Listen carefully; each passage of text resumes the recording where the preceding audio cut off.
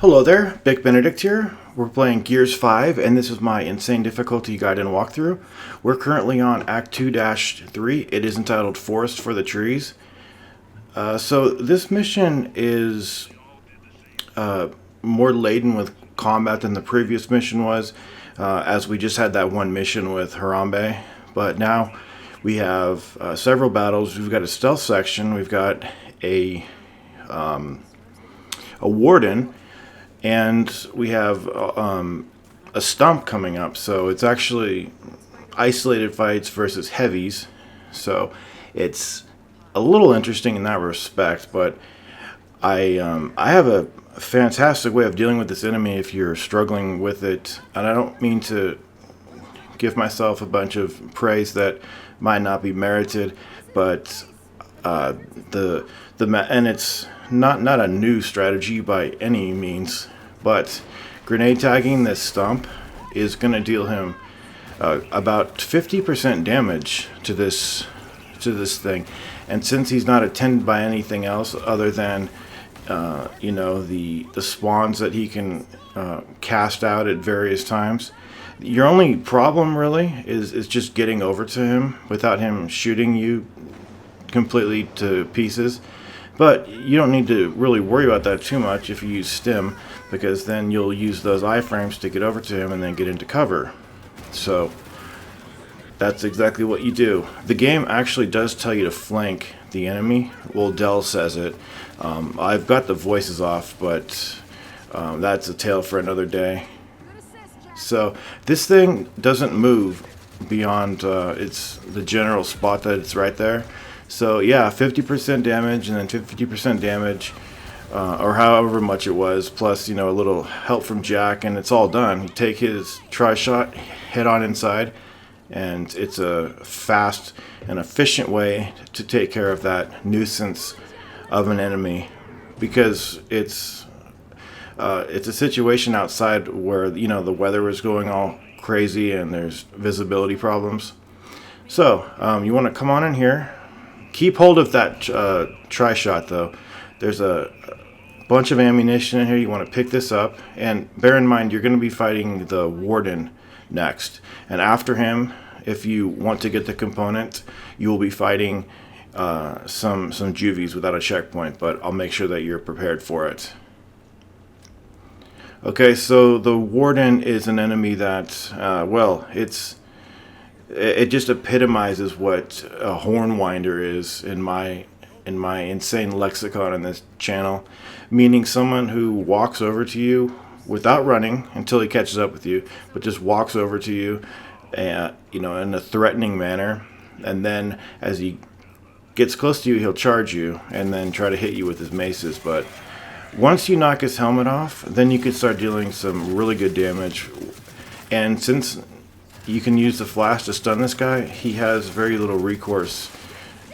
That fight can take a long time, as can the stump before it, but the tri-shot is extremely effective, and we'll have more encounters with him, and I'll show you different ways of doing it.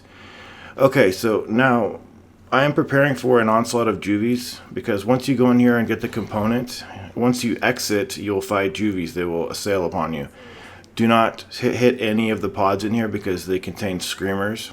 And bear in mind, as mentioned before, you don't have a checkpoint yet, so if you get killed by anything, you'll have to fight the warden again. So 3 components, and the juvie fight is your punishment basically for getting those component parts. But I've got a shock trap ready for them to slow them down.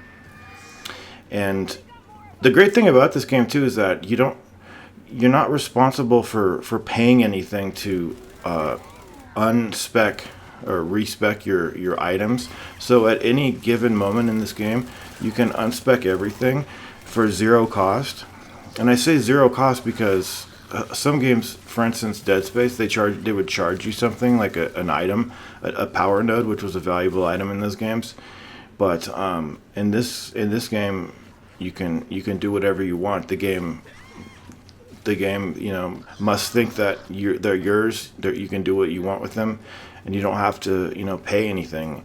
And I really like that, because as long as you're accumulating them, consistently, you can mimic any strategy that I do, simply by it might be a little tedious, having to do it a lot, but if you really want to emulate it, you can do what you like.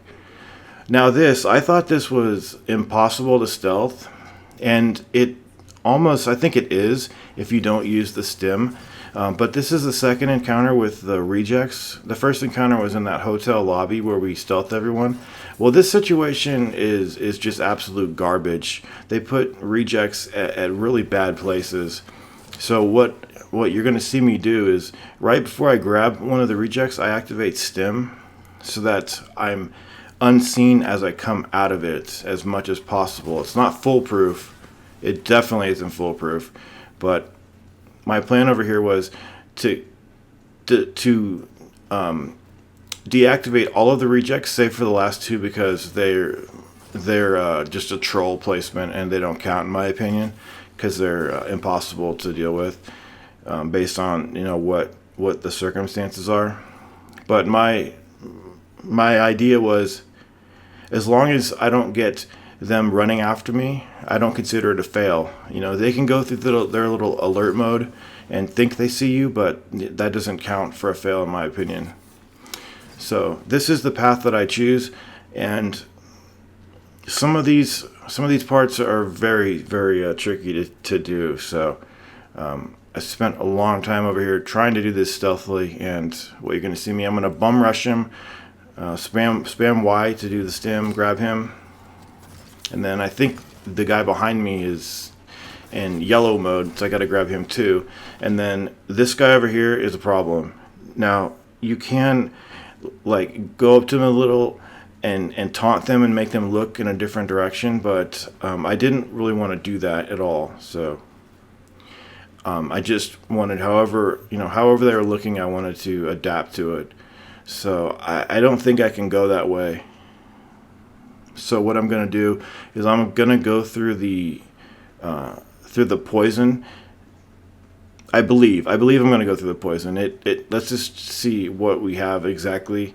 I'm going to go through the poison, activate stim, and then go up to him very quickly, execute, and then just stand still, clench my anus, and there we go. So the rest of the enemies are all having their backs turned to us, but I looked on YouTube and nobody had done this in stealth, but it all comes down to stim. The stim is very helpful. It really is crucial, I would say, for doing that in a stealthy way. What I don't like though is that at the end of the hall over here, in a narrow hall, they place two rejects side by side and they're facing you. So I'm gonna stake my reputation on this. You can't get past them. You just can't. There's no way to maneuver around them. They'll aggro, and it's see that they're blocking the whole door. It's ridiculous. So I just kill them with grenades and finish it.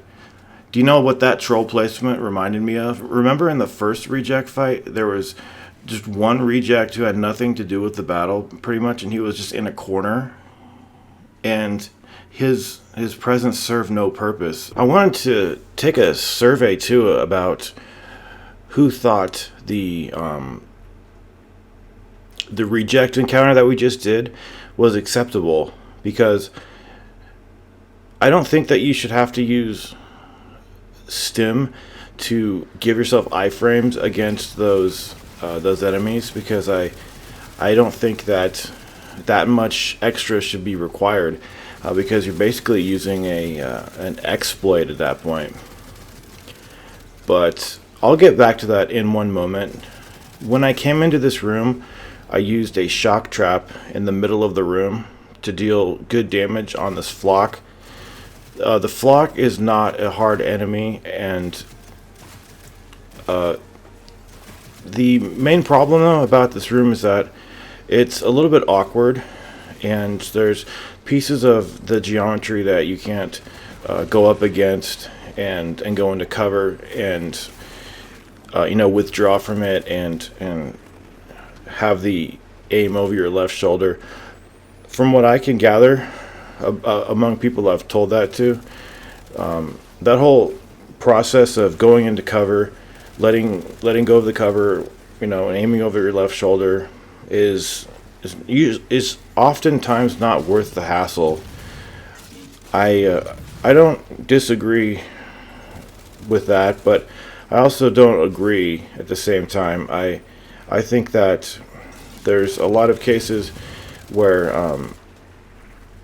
you just aiming over the other shoulder is just much more helpful, and we're not talking about doing that move because you need protection from when you're shooting, because they've tampered with the third person cover trick in this game so that you can't do the third person cover trick.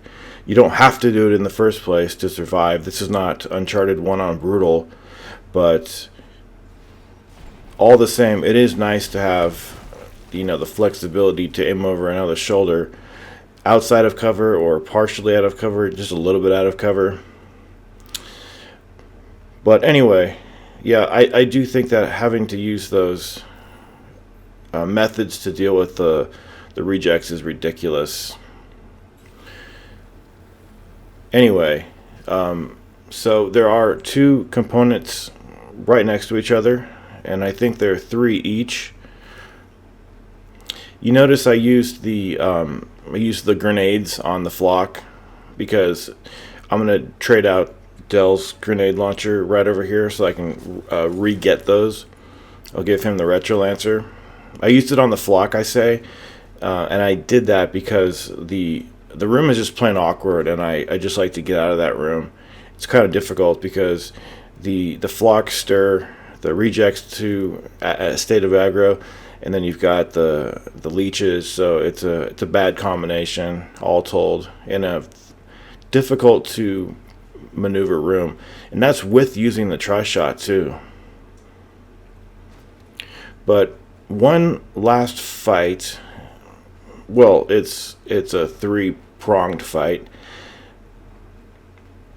and then we'll be finished with this chapter. But I do have to warn you, 2-4 is going to be incredibly long with all the side missions, so probably an hour and a half to 2 hours, I would venture to say the video will be.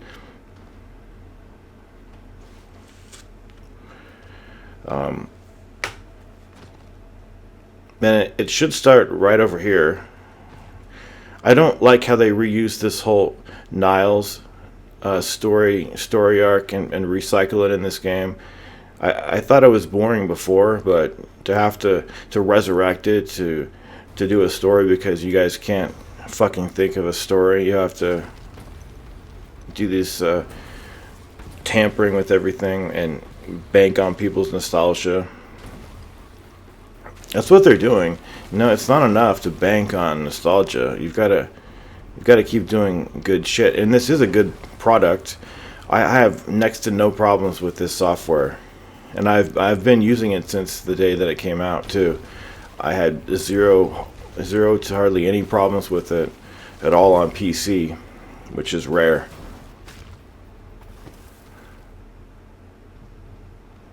So this is the three-pronged encounter that I mentioned before.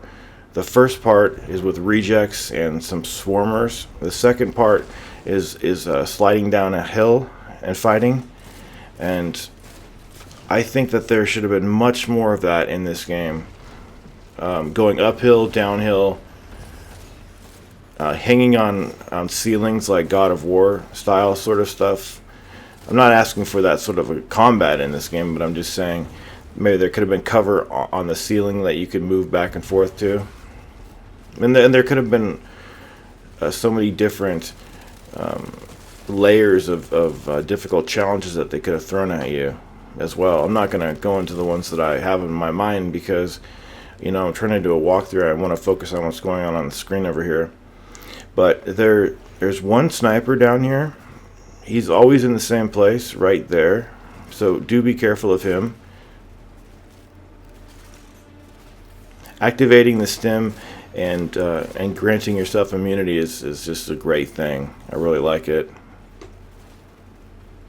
and I'm going to see this type of thing. I just think that this is such a fun thing that you do, and it could have had so many different variables too of things that are going on.